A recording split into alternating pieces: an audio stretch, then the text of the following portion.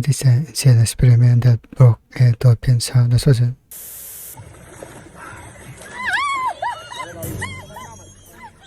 Okay. Well, butterfly on a corn cob. I see that I've romanticized a wild animal the same way Margaret Howe did when she off that dolphin in the 1960s. Both she and I assaulted a captive creature, then expected it to be reciprocal. Well, joopity boop, time to die. She was not wrong. You know, we've done some really questionable things in the name of science. Like that time legitimate attempts at a human Z were made, or that time a psychologist raised a chimp and a human baby together to see what would happen. We're gonna get back to that, but the answer is nothing good. And of course, that time we gave dolphins acid and hand service, all for a very questionable science project. You see, the 60s were a special time. America and the Soviet Union were in the midst of a meat measuring contest all the way up into space, and at the same time, there was a question as to whether humans could learn to communicate with animals as well as we do with each other. And renowned neuroscientist John C. Lilly fully took on the task of trying to bridge the gap between the man and animal language barrier. Now, I mentioned his job to show he wasn't just some acid-dropping self-stereotype of the 60s. Don't get me wrong, he was, but he was also a contributing member of the scientific community. In fact, he was the one who invented sensory deprivation tanks, which he did acid in. Anyway, he was interested in possible human-animal communication, but also in animal intelligence. And that's how dolphins got an invite to this party. At the time, John Lilly saw them as the smartest things on the planet that weren't human. And as a neuroscientist, he was especially drawn to the dolphin's brain. Not only do cetaceans have the largest brains of any animal, bottlenose dolphins have a brain 4 to 5 times larger than what you would expect for an animal their size. But what really made Lilly Eureka himself was while he was observing and researching dolphins and talking to himself, he realized that the dolphins seemed like they were imitating his voice. And that convinced him that the dolphins were trying to speak to him. And with their high intelligence, John C. Lilly figured that if we could somehow find a way to communicate with dolphins, that could lead to us finding a way to talk to aliens, which was an Olympic gymnast level stretch, but hindsight's 2020, and unfortunately this was the 1960s. Either way, depending on how you look at it, this was both the best and worst thing that ever happened to his career. The implication of extraterrestrial communication convinced NASA and other government agencies to sponsor Lilly financially. With the help of anthropologist Gregory Bateson, John C. Lilly would create the Dolphin House, where he would attempt to learn how to speak to dolphins. That's how the experiment started, but you don't want to hear about that. You want to get to the part where we started slipping dolphins acid. Oh, trust me, we're gonna get to that, just bear with me. The Dolphin House was built in the US Virgin Islands, and you're gonna see why that was actually very ironic. It's like having a gay frat on Dick Street. That's not a joke, by the way. When I went to college, there was a gay fraternity located on DIX Dick Street. That is a true story. So in this experiment, there were 3 dolphins. There was Sissy, the big sister and leader of the group, Pam, the shy introvert, and a young immature male named Peter. And again, given the circumstances, that name would be so ironic you'd swear it was part of a sick joke. But there was another key character to this story, and that was a Miss Margaret Howe Lovett. Margaret never had any formal scientific training, but apparently she was a natural at observing and documenting animal behavior. So they brought her in and had her work with the one male dolphin, Peter, since he was the only one out of the 3 that never had any human sound training. So Margaret's goal would be to teach Peter how to speak English the same way a mother would to her child. She would slowly count to 3 and have Peter repeat after her. She'd say all the vowels in the alphabet and try to get Peter to mimic her. 1, 2, 3. You can do better, Peter. And on some level, this made sense since mimicry is how baby dolphins learn how to dolphin from their mothers. But here's the thing with dolphins. In the wild, they communicate with each other through a series of clicks, squeaks, and whistles, and most of that's in the water. But to talk to humans through air, the dolphins would have to make noises through their blowholes. It's like if I challenge you to speak perfect English, but without using your mouth. So for anatomical reasons, Peter was pretty much screwed. Figuratively, the literal is coming. Like Peter.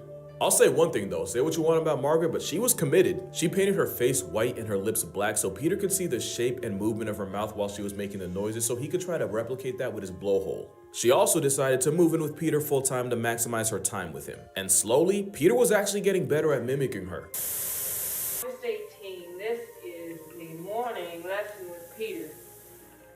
Hello. Hello. Which made John C. Lilly Eureka himself for the second time. News about this Dolphin English project got out and people were curious, and John C. Lilly was seen as a visionary. It even got the attention of world-renowned astronomer Carl frickin' Sagan. The frickin' is silent. Now I'd like to point out that at this point this was a several thousand if not $1 million NASA-funded experiment. Like people's careers and reputations were hanging on this. Yet nobody stopped to think that it might be physically impossible for dolphins to produce the sounds needed to speak English, especially from an air anus on its head. And keep in mind, John C. Lilly was a neuroscientist, one of the professions you pray your siblings or cousins never get because then your parents will never let you forget it. And apparently there was some disconnect. Gregory Bateson was like, why are we teaching them English when we should be learning how they speak to each other? He even had the idea of putting 2 dolphins in 2 tanks where they couldn't see each other but could communicate through sound. That way we could study the sound and figure out dolphin language. Lilly's response was, nah, we teach them English. You know, naked mole rats spend their entire lives using their teeth as shovels underground, and even they have less tunnel vision. And ironically, they might have actually had better luck if they used an animal like a raven or a parrot or even a seal. You know, animals that are actually capable of mimicking human speech. This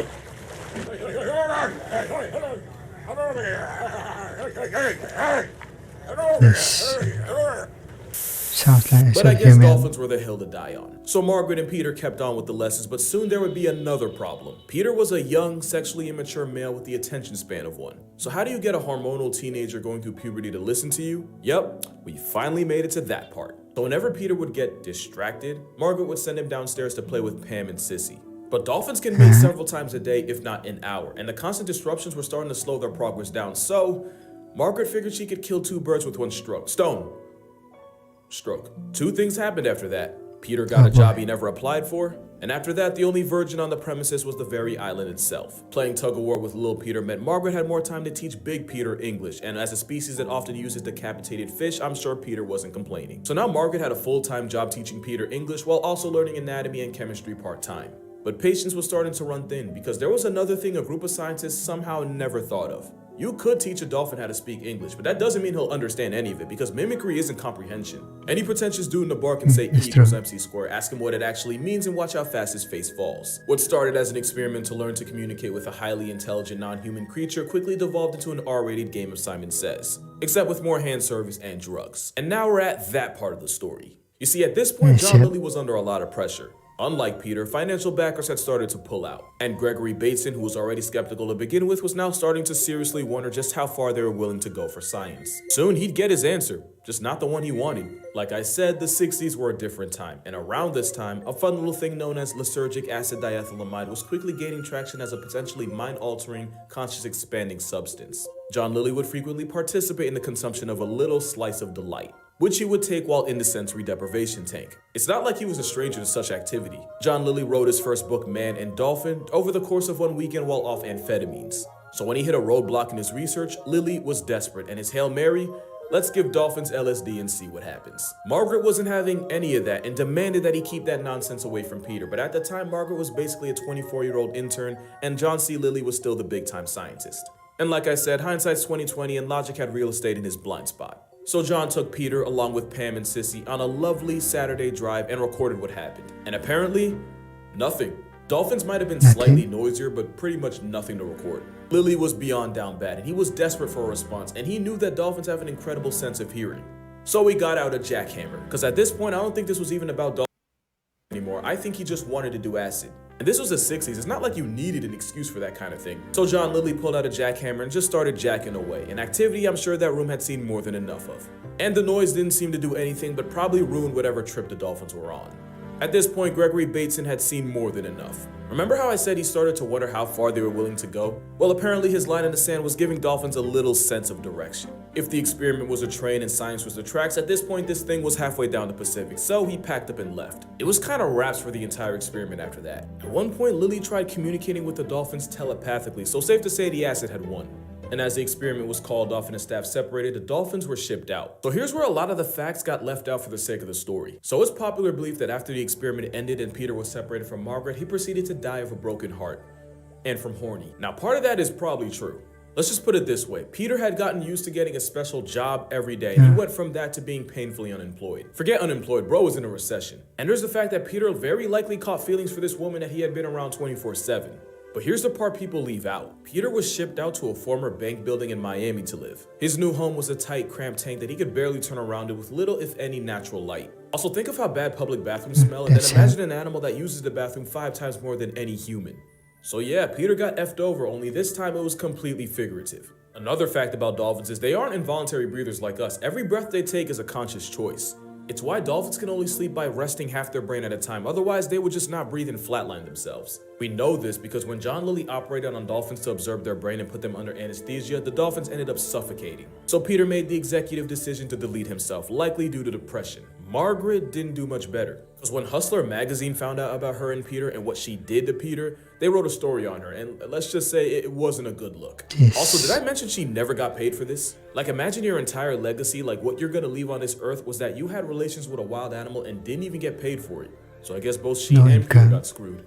Peter's death wasn't even the last time something like this would happen. Kathy was a dolphin who played flipper, and once the show ended and she was moved to an isolated pen, she too would proceed to cross her name off the census. Maybe it's a good thing we never learned how to talk to dolphins, because I imagine they wouldn't have much positive to say. They'd probably call John Lilly their Hitler. Speaking of him, he continued to experiment, but when a light seasoning of dope became illegal, he started doing ketamine.